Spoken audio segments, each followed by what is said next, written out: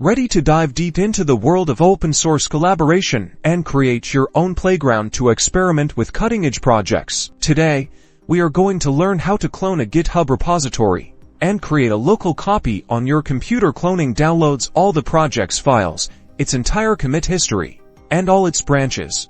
First, navigate to the GitHub repository you want to clone. Look for the green code button, usually located near the top right of the repository page. Click on it.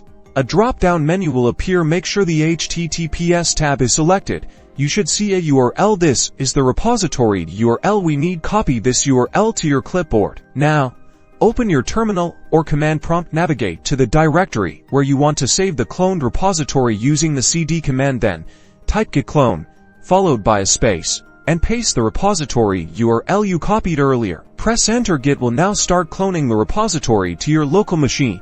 You'll see a progress bar and messages indicating the files being downloaded. Once the cloning is complete, you'll find a new folder in your specified directory, named after the repository. Congratulations!